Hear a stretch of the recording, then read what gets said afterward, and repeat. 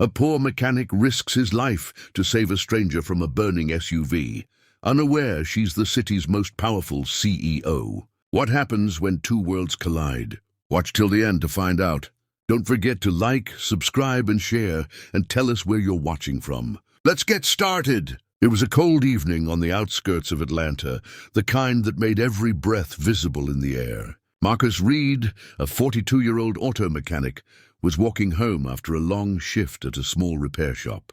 His boots were worn, his jacket old, but his heart was steady, a man used to life's quiet struggles. The distant hum of traffic filled the night until a violent crash shattered the silence. He turned and saw a black SUV slammed into the guardrail, flames licking the hood as smoke poured into the sky. Without thinking, Marcus dropped his bag and ran.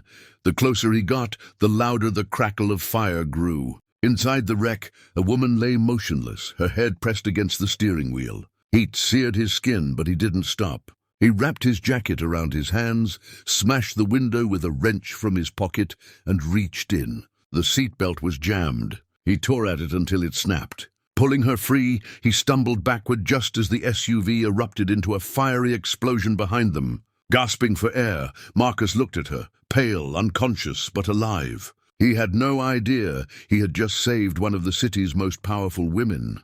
At the hospital, Marcus sat quietly in the waiting room, his hands wrapped in gauze, his clothes singed from the fire. He didn't even know the woman's name, only that she was alive. Nurses rushed in and out, and soon the sound of cameras filled the corridor. Reporters had arrived, whispering a name he'd never heard before, Victoria Hale. She was not just any woman. She was one of Atlanta's most powerful CEOs, owner of Hale Industries, a company worth millions. Her accident had already made the evening news, but the man who saved her refused to be filmed or interviewed.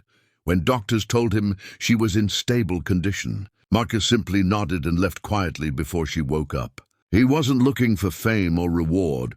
To him, it was just the right thing to do. Meanwhile, when Victoria regained consciousness, she was told a stranger had pulled her from the wreckage and disappeared without leaving a trace. For a woman used to control, that uncertainty bothered her. She wanted to meet him, to thank him, but all she had was a name written on a nurse's note, Marcus Reed. That name, unknown to her, would soon change both their lives forever.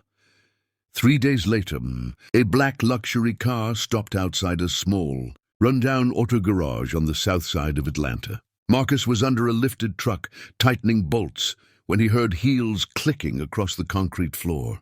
He slid out, wiping his hands on a rag, and froze. Standing before him was Victoria Hale, the woman he had pulled from the flames. Dressed in an elegant navy suit, she looked completely out of place among the grease-stained walls and worn-out tools. For a moment, neither spoke. Then Marcus said softly, "You shouldn't have come here, ma'am." Victoria smiled faintly. "I had to. You saved my life. The least I can do is say thank you properly." Her voice was calm but full of emotion. Marcus tried to shrug it off, saying he just did what anyone would have done. But she shook her head. No, most people would have walked away. They sat on an old metal bench, talking for hours. She learned about his struggles, working 2 jobs, raising his niece, trying to rebuild a life after losing everything. And he learned that behind her power and wealth was a woman who carried loneliness. 2 worlds, once separated by circumstance, had quietly collided. Weeks passed, but Victoria couldn't forget Marcus, or the sincerity in his eyes. She attended city meetings and charity events, yet nothing felt the same. One morning, she visited his garage again, this time not in a suit, but in simple jeans and a sweater. Marcus looked surprised as she handed him an envelope. Inside was a formal proposal. The Reed Hale Foundation, a joint effort to help low-income families, fund scholarships, and train young mechanics. Marcus stared at her, speechless. "Why me?" he asked quietly. She smiled. "Because heroes like you build cities too, just without headlines." Months later, the city honored Marcus for bravery.